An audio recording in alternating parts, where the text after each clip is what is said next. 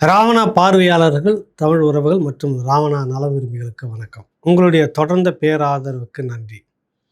2 நாட்களுக்கு முன்பாகவே இந்த கன்டென்ட் நமக்கு கிடைச்சது. மகளிர் மேம்பாட்டு நிறுவனத்தில, தமிழ்நாடு அரசு மகளிர் மேம்பாட்டு நிறுவனத்தில, அதன் வழியாக நடக்கிற திட்டங்கள்ல கிட்டத்தட்ட ஒரு 600 கோடியிலிருந்து 700 கோடி வரைக்கும் ஊழல், முறைகேடு நடந்திருப்பதாக. தொடர்ந்து எங்கள் பகுதியில் மின்வெட்டு இந்த மாதிரி காரணங்களால் நிறைய வீடியோ பதிவு பண்ண முடியல. அதனால் இது தாமதமாகிடுச்சு. என்ன காரணம்னா, கடந்த 2026 தேர்தலுக்கு முன்பு மார்ச் மாத வாக்கிலேயே மகளிர் மேம்பாட்டு நிறுவனம், அதுக்கு கீழே இருக்கக்கூடிய பெண்களுக்கான சுய உதவிக்குழு, மகளிர் மேம்பாட்டு திட்டங்கள், அவங்களுக்கான பயிற்சிகள், அவங்களுக்கான வேலைவாய்ப்பு கொடுக்கறது, அப்புறம் அந்த ஆர்கனைஸ் பண்ணுறது, சுய உதவி குழுக்கள் மூலமாக லோன் கொடுக்கறது, அவங்களுக்கான உதவித்தொகை தர்றது, இப்படி பல்வேறு திட்டங்கள் இருக்குது. மத்திய அரசு 60%, மாநில அரசு 40%. ஒரு வருஷத்துக்கு 1800 கோடி ரூபாய் இதுக்காக ஒதுக்கப்படுது. மத்திய அரசு நிறுவனம் மத்திய அரசு வழி ஒரு 60%, 1000 கோடினாக்கா 600 கோடி மத்திய அரசினுடைய பணம், 400 கோடி மாநில அரசினுடைய பணம். தமிழ்நாடு முழுக்க 38 மாவட்டங்களில் ஒரு 388 பிளாக் இருக்குது.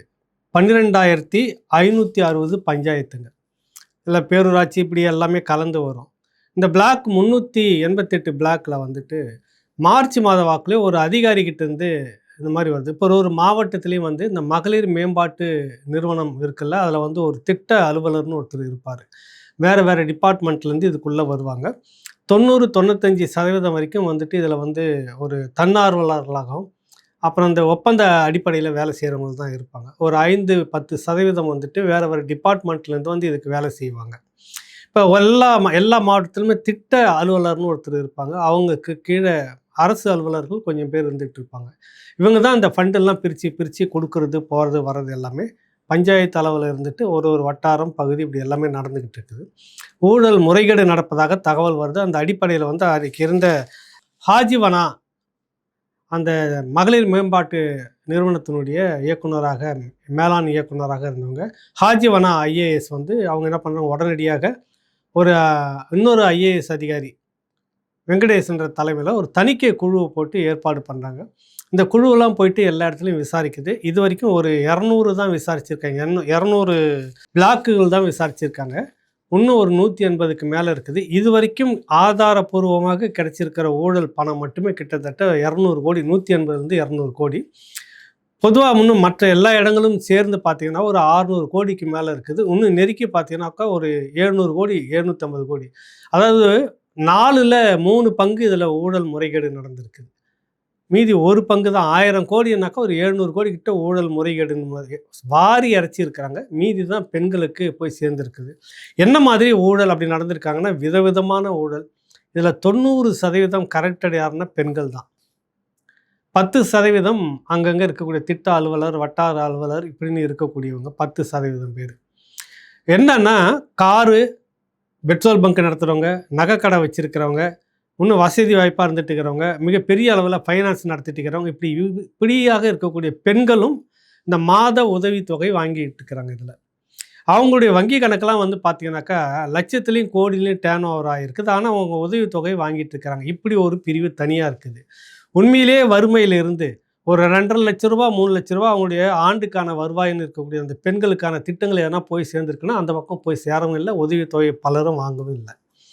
வரக்கூடிய பணத்தை என்ன செய்திருக்காங்க, இன்றைக்கி இந்த இடத்துல ஒரு மீட்டிங் நடக்குதுன்னாக்கா 2 நாள் நிகழ்ச்சி நடத்துகிறதா சொல்லி ஒரு 100 பெண்களை கூப்பிட்டு அது 500 பெண்களாக கணக்கு காட்டி அதுக்காக உடைகள் இருக்குல்ல, ஒரே நாளில் காலையில் ஒரு கலரில் புடவை கட்டுறது, சாயங்காலம் ஒரு கலரில் புடவை, 2 நாள் 2 புடவையில் வந்தாங்க, 2 நாள் நிகழ்ச்சி அப்படின்னு. இதெல்லாம் எடுத்து கோப்புகளாக வச்சு கணக்கு போலியாக எழுதியிருக்கிறாங்க. இதில் எல்லாமே போலி கையெழுத்து. இந்த துறைக்குள்ளே இருக்கக்கூடிய அதிகாரிகளே எல்லா இடத்துலையும் போட்டிருக்கிறாங்க. இந்த மாதிரி கோப்புகளை தணிக்கைத்துறை ஆய்வு செய்யும்போது இந்த ஃபோட்டோலாம் பார்க்கும்போது இந்த உடை காலையில் இவங்கெல்லாம் மாற்றுறப்ப அந்த உடை மாற்றுறதையும் அவங்க அந்த உடை மாற்றிக்கிட்டு வராங்களா அந்த அறையிலேயே, வெளியில் வரும்போது ஃபோட்டோ எடுப்பாங்க நிற்க வச்சு. எல்லாம் பார்த்தீங்கன்னா ஒரே நேரத்தில் நடந்திருக்குது. அதில் சந்தேகம் திரும்ப திரும்ப தோண்டி ஆரம்பித்தாக்கா ஏகப்பட்ட இடத்துல இந்த மாதிரி முறைகேடு. இங்கேருந்து வெளியூர்களுக்கு, வெளி மாவட்டங்களுக்கு அழைச்சிக்கிட்டு வந்ததாக பில்லு போடுறப்ப அதில் வந்து போலியாக இருக்கிறது. அப்புறம் ட்ரோன் வாங்கி பூச்சி மருந்து தெளிக்கிறதுக்கு ரெண்டல் வருது. பெண்கள் சுய உதவி குழுக்கள் சார்பாக அவங்களுக்கு வாங்கி கொடுத்தது. அவங்க அதன் மூலமாக ஒரு வருவாயை ஈட்டிக்கிறது குழுவாக சேர்ந்து. அப்படின்லாம் வந்து கதை நல்லா இருக்குது, வசனம் நல்லா இருக்குது. ட்ரோன் இருக்கிறதுனால ட்ரோனே இல்லை.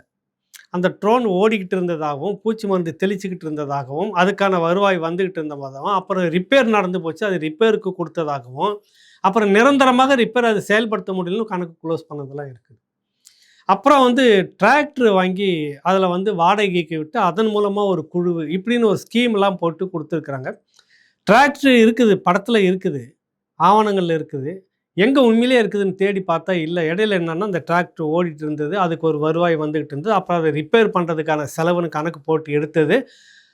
அப்புறமா டிராக்டர் நிரந்தரமா அத வந்து குடுத்தாச்சு வேற வழி இல்லன்னா, வித்ததுக்கான பணம் எங்க இருக்குன்னா இல்ல. ஆனா வாங்க இன்னொருத்தர் பேர்ல ஒரு அதிகாரி பேர்ல, பினாமி பேர்ல இதெல்லாம் ஓடிக்கிட்டு இருக்கு. இதெல்லாம் செயல்பட்டுக்கிட்டு இருக்குது. சம்மந்தப்பட்ட பெண்களுக்கு பெண்கள் சுய உதவி குழுக்கள மகளிருக்கு அது வந்து பாதிக்கப்பட்டவங்களுக்கு உண்மையிலேயே இல்லாதவர்களுக்கு பயன்பட்டுருக்கிறனாக்கா ஒரு 10, 15% தான் பயன்பட்டுருக்கிறது. மீதி கிட்டத்தட்ட 80ல மிக சரிபாதி ஊழல். மீதி வந்து இந்த மாரி பினாமி பேர்ல போட்டு, போட்டு எடுத்துக்கிட்டு இருக்கிறது. அப்புறம் உணவு ஏற்பாடெல்லாம் பண்ணதா சொல்லி 1000 பேர் வந்தாங்கனாக்கா, ஒரு 100 பேர் வந்தாங்கன்னா 1000 பேர்ன்னு கணக்கு போட்டு அது ஒரு கணக்கு.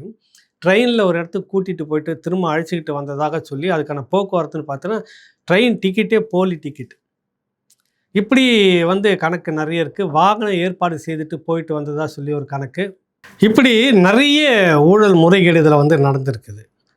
இது சம்மந்தமா தணிக்கை வந்து செய்யும்போது, இதுக்கு இந்த அதிகாரிகள் குழு இருக்குதுல்ல, ஒரு வட்டாரத்திலயும், மாவட்டத்திலயும், பகுதியிலயும் இப்படி இருக்கக்கூடியவர்கள்லாம் சேர்ந்து, அவங்க சங்கன்றன் மூலமாக இதுக்கு வந்து எதிர்ப்பு தெரிவிக்கிறாங்க. ஏன்னா, இந்த மாரி தணிக்கையெல்லாம் செய்றதுக்கு வெளியிலிருந்து வந்து பண்ணக்கூடாதுன்னு. ஏன்னா, எல்காட் நிறுவனம், இன்னும் ஓய்வு பெற்ற தணிக்கை அதிகாரிகள் இப்படின்னு ஒரு டீம் எல்லாம் சேர்ந்து, ஒரு அதிகாரியினுடைய உத்தரவின் பேர்ல இந்த தணிக்கை நடக்குது. இந்த தணிக்கை நடந்து இதெல்லாம் ஊழல கண்டுபிடிக்க இதுக்கு எதிர்ப்பு தெரிவிக்கிற விதமான ஒரு பெரிய ட்ராமாலாம் கூட இடையில நடந்தது. சில கோரிக்கைகள வச்சு அவங்க உடனே போராட்டம்லாம் பண்றாங்க. அது எதுக்குன்னு தெரியாம சில பேர் ஆதரவு தெரிவிச்சது நடந்தது. இதுல என்ன விஷயம்னாக்கா, இந்த ஊழல் முறைகேடு வந்து எல்லா தரப்பிலயும் நடந்திருக்கு. இன்னும் தோண்ட தோண்ட தோண்ட எக்கச்சக்கமான ஊழல் முறைகேடு. இது வந்து இந்த அதிகாரிகள், அலுவலர்கள், இந்த மகளிர்கள் மட்டும் அந்த மட்டத்தோட நின்னு இருக்குமா அப்படின்னா வாய்ப்பில்ல. கடந்த 2017லிருந்தே அத கணக்கில எடுக்கணும். 2023லிருந்து 26 வரைக்கும் ஒரு பகுதிக்கு மட்டும் தான் இப்ப ஆடிட் வந்து பண்ணியிருக்கிறாங்க. தணிக்கையை வந்து செய்திருக்கிறாங்க. இதிலேயே கிட்டத்தட்ட 180 கோடிக்கு ஆதாரப்பூர்வமா கிடைச்சுக்கிட்டே இருக்குது. இது இல்லாம ஒரு 600 கோடிக்கு ஊழல் முறைகேடு நடந்திருக்குன்னு ஒரு பகுதி. இது தாண்டி இன்னும் எவ்வளவு அப்படின்னு ஒண்ணும் தெரியல. கிட்டத்தட்ட இது ஒரு ஃபெயிலியர் வந்து இந்த திட்டமே வந்துட்டு ஒரு ஊழல் முறைகேடுல ஒரு ஃபெயிலியர் ஆயி போயிருக்குது. தோல்வி அடைஞ்சிருக்குது. இது 17லிருந்து இந்த விஷயங்கள் வந்து தொடங்கி மகளிர் மேம்பாட்டுக்காக வேண்டி நிதிய ஒதுக்கி அவர்கள் வாழ்வாதாரத்தில மேல வரணும். அவங்களுக்குன்னு சில விஷயங்கள் சில இடங்கள்ல வந்து லோன் குடுப்பாங்க. இந்த லோன் வங்கி கணக்குல வந்து பார்த்தீங்கன்னாக்கா, ஒரு ஆவணங்கள் வந்து போலியோ டாக்குமெண்ட் எல்லாம் குடுத்து ரூ. 10,00,00,000 மேல ஒரு இடத்துல சுருட்டியிருக்கிறாங்க. அதுவும் எடுத்திருக்கிறாங்க. இன்னொரு பகுதியில அவங்களுக்கு பயிற்சி எல்லாம் குடுத்து ஆடு, மாடு வளர்ப்பு, கோழி வளர்ப்புன்னு பயிற்சியெல்லாம் குடுத்து அது குடுத்ததாகவே எல்லாம் கணக்கு தான் இருக்குது. ஆனா நடைமுறையில அப்படி பயிற்சியும் நடக்கல.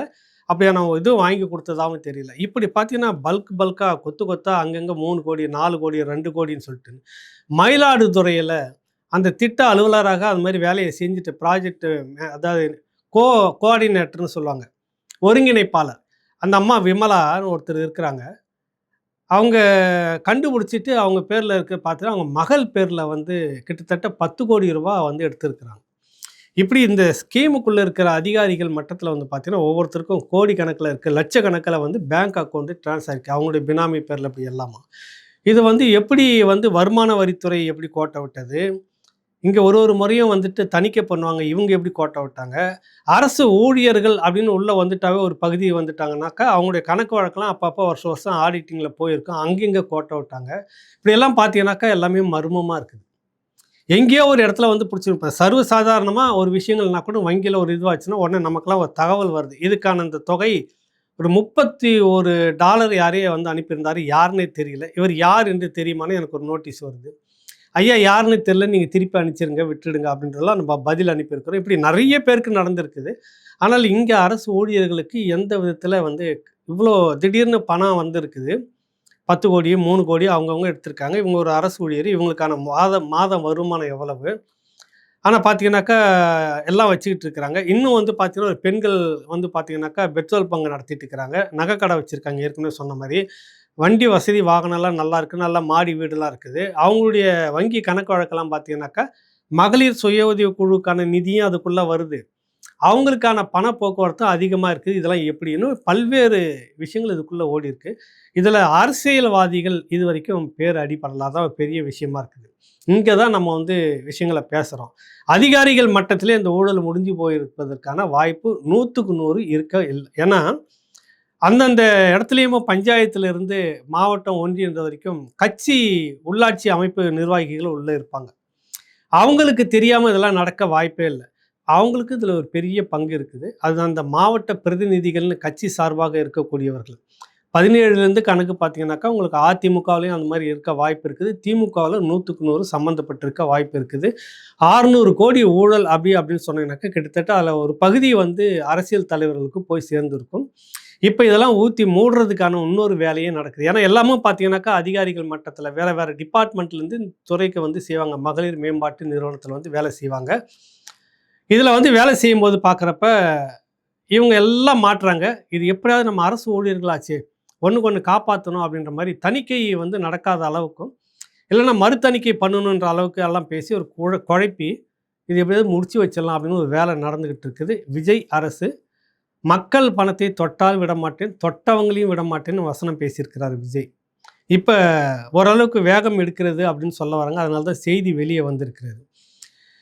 நேற்று சட்டமன்றத்தில் பேசும்போது கூட திமுகவினுடைய சட்டமன்ற உறுப்பினருக்கு முதலமைச்சர் விஜய் அவர்கள் எழுந்து பேசும்போது, என்னுடைய டேபிள்ல ஒரு 3 துறை சம்பந்தமான ஊழல் கோப்புகள் தயாராக இருக்கிறது.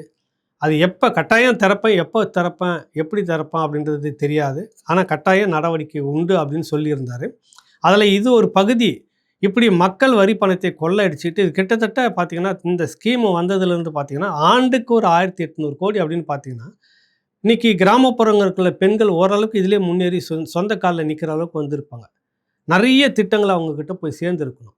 சின்ன சின்ன தொழில், சின்ன சின்ன பயிற்சி இப்படின்ற மாரி நெறைய சேர்ந்திருக்கணும். அவர்கள் கூட்டாக சேர்ந்து உற்பத்தி செய்யக்கூடிய பொருள வேற ஒரு மாநிலத்தில போயிட்டு கண்காட்சி நடத்தி அத சேல் பண்ணிட்டு, அந்த மாநிலத்தோட இங்கேருந்து ஒரு வர்த்தக ஒப்பந்தம் இப்படிலாம் நெறைய ப்ராஜெக்ட் இருக்கு. நிதிய ஒதுக்கியிருக்காங்க, பணத்த எடுத்திருக்காங்க.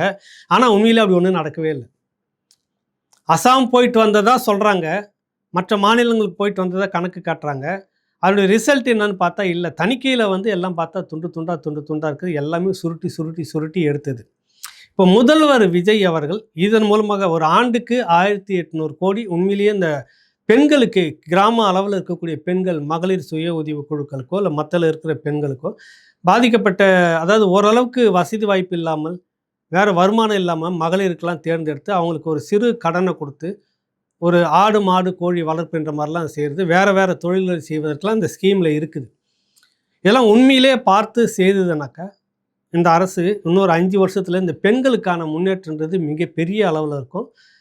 அரசு பணத்தை எடுத்து ஆண்டுக்கு ஒரு 1800 கோடிய வந்து நீங்க குடுக்கும்போது, ஒரு பெரிய அளவுல பெண்களுடைய ஆதரவு இந்த அரசுக்கு இருக்கும். அதே நேரத்துல வந்துட்டு ஊழல் செய்த இந்த அதிகாரிகள் மீது நடவடிக்கை அப்படின்னா, அரசு அதிகாரிகள் மேல் கை வச்சுரும். அது கூட்டாக சேர்ந்து ஏதாவது கூட்டா கொள்ளடிக்க தெரியுது, மக்கள் பணத்த சுருட்டிட்டு போக தெரியுது. நடவடிக்கை எடுத்தா மட்டும் அரசு ஊழியர்கள் ஐய்யய்யோ! அப்படின்னு கூட்டா வந்தாங்கன்னு வச்சுக்கங்க. வீட்டுக்கு போங்க. அடுத்த தலைமுறை ரெடியா இருக்கு. வேலைக்கு காத்துக்கிட்டு இருக்கு. வச்சுக்கலாம் அப்படின்னு சொல்லிட்டு செய்யலாம். வேற வழியே இல்ல. இது இதில ஏற்புடையதல்ல நமக்கு இந்த மாரி சொல்றதுக்கு. இருந்தாலும் வந்து இவர்கள் ஊழலுக்கு துணை போவது, ஊழலுக்காக வேண்டிய விஷயத்த மூடி மறைக்கிறது, ஊழலுக்காக நாங்கள் எல்லாம் அரசு அதிகாரிகள் அப்படின்னா, மக்களுக்கு சேவை செய்ய தான் அரசு அதிகாரிகள். ஊழல் செய்தா அதுக்கான தண்டனையை நான் அனுபவிச்சு தான் ஆகணும். இல்ல அதுக்கெல்லாம் கூட்டா சேர்ந்து நாங்க சங்கம் வச்சு போராடுவோம் அப்படின்னாக்கா, அதுக்கு அர்த்தமே இல்ல. செல்வி ஜெயலலிதா பிள்ளை இது மாரி சில விஷயங்கள் ஊழலுக்காக இல்ல, சில விஷயங்கள அவங்க கொண்டு வந்ததுக்காக ஒட்டுமொத்த அரசு ஊழியர்களும் சேர்ந்து ஆசிரியர்கள், அரசு ஊழியர்களும் பெரிய போராட்டம்லாம் நடந்தது. ஜாக்டோ, ஜியோ போராட்டம்லாம். ஒரே நாள்ல எல்லாருமே முடிச்சுட்டு, புதுசா ஆட்கள் எடுத்து தலைமை செயலகத்திலே வந்துட்டு போனவங்களுக்கெல்லாம் படிச்சுட்டு தகுதி இருக்கிற எல்லாருமே படிச்சுட்டு அப்படியே நேருக்கு நேரா கூப்பிட்டு வேலையெல்லாம் வச்சுக்கிட்டாங்க. அப்படி வேலையில காசு, பணம் குடுக்காத வேலையில சேர்ந்தவங்க நெறைய பேர் இருக்கிறாங்க. அந்த மாரிலாம் நடந்தது. இங்க நம்ம அந்த மாரி ஒரு அராஜகமாலாம் செய்ய வேணாம். ஆனா, ஊழல் செய்யற அதிகாரிகள் மீது நடவடிக்கை எடுக்கிறதுக்கு அனுமதிக்கணும். கூட்டாக சேர்ந்து கோஷம் போடக்கூடாது. இது மக்களோட வரி பணம்.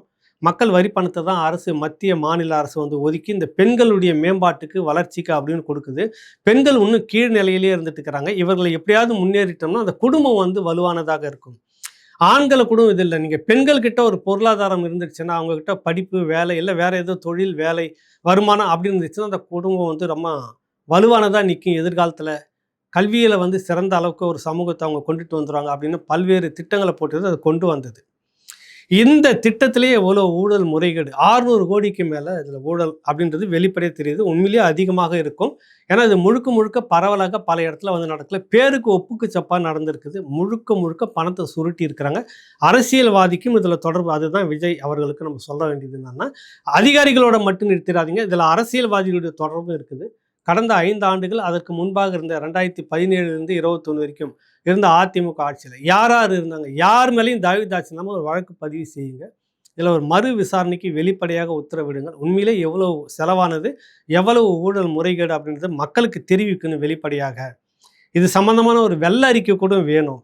ஏன்னா அது வந்து கட்சி பாகுபாடு இல்லாமல் பெண்கள் வந்து பாதிக்கப்பட்டிருக்கிறாங்க. அதில் பலனடைய வேண்டிய பெண்கள் நிற்கதியாக நின்றிருக்கிறார்கள். கொழுத்து போன சில பேர் வந்து ஊழல் செய்து கொழுத்துட்டு இருந்திருக்கிறாங்க. இதுதான் நடந்திருக்கிறது. கடந்த 5 ஆண்டு காலமும் இப்படியே தான் நடந்துட்டு இருக்குது. மார்ச் மாதத்துல தான் இது சம்பந்தமான புகார் நடவடிக்கைக்கு என்கொயரி நடந்திருக்குது. இப்போ கொஞ்சம் வேகம் எடுத்திருக்கிறார்கள். இது எப்படியாவது ஊத்தி மூடணும் அப்படின்னு ஒரு பெரிய இருட்டடிப்பு வேலை அதிகாரிகள் மட்டத்திலே நடக்குது.